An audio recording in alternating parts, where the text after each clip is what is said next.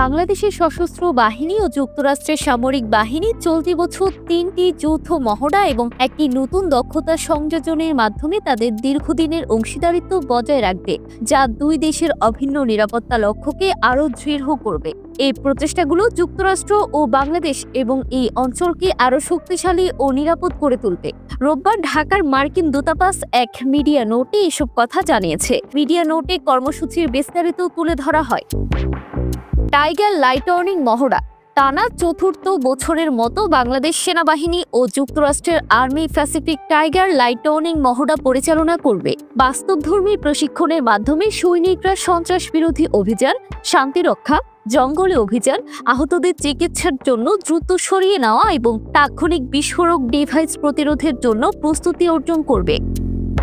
Tiger Shark মহড়া। Tiger Shark একটি যৌথ প্রশিক্ষণ মহড়া যেখানে দুই দেশের বিশেষ বাহিনী যুদ্ধ কৌশল অনুশীলন করে। ২০০৯ সাল থেকে চলমান এই মহড়ায় পেট্রোল বোট পরিচালনা এবং স্বল্প পাল্লার অস্ত্রের লক্ষ্যভেদে দক্ষতা অর্জনের অনুশীলন অন্তর্ভুক্ত থাকবে, যা Bangladesh special warfare driving and সেলভেজ এবং প্যারাকমান্ডো ব্রিগেডকে সংকট মোকাবেলায় আরও দক্ষ করে তুলবে। এই যৌথ মহড়ার বিশেষ আকর্ষণ হল উভয় দেশের ব্যবহৃত যুক্তরাষ্ট্রের সামরিক সরঞ্জাম।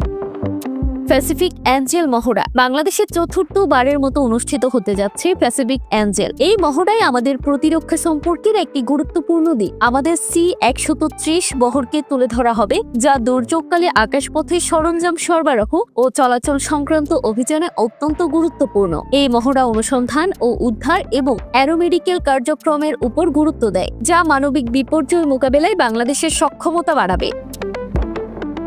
RQ-21 কর্মসূচি চালু। যুক্তরাষ্ট্র বাংলাদেশের সেনাবাহিনী ও নৌবাহিনীর সঙ্গে একত্রে বাংলাদেশের জন্য একটি মানববিহীন আকাশযান ব্যবস্থার সক্ষমতা গড়ে তুলেছে। বাংলাদেশ সেনা ও নৌবাহিনী সদস্যদের সমন্বয়ে গঠিত একটি রেজিমেন্ট নতুন RQ-21 ব্ল্যাক জ্যাক সিস্টেম পরিচালনা করবে। এই সম্মিলিত উদ্যোগ বাংলাদেশকে সমুদ্র সীমা পর্যবেক্ষণ, সীমান্ত নিরাপত্তা এবং শান্তিরক্ষা মিশন পরিচালনায় সক্ষম করে তুলবে।